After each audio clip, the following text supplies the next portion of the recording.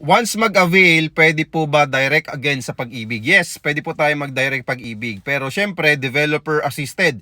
Ibig sabihin po noon, kami pa rin po or sa developer pa rin po ang magpa-process niyan. Kasi nga po, mas mabilis at less hassle na po sa part po ninyo. Kung kayo pa magda-direct Pag-ibig talaga dun sa branch, okay, sa isang specific branch ni Pag-ibig, matatagalan po yung proseso po ninyo at wala pong ganun sa amin, okay? So, kung mag-avail po kayo ng 10,000 cash out only through Pag-ibig, okay, kami na pong bahala mag-process nun para at least requirements na lang po yung kailangan ninyo at kami na pong bahala mag-process ng loan nyo direct kay Pag-ibig.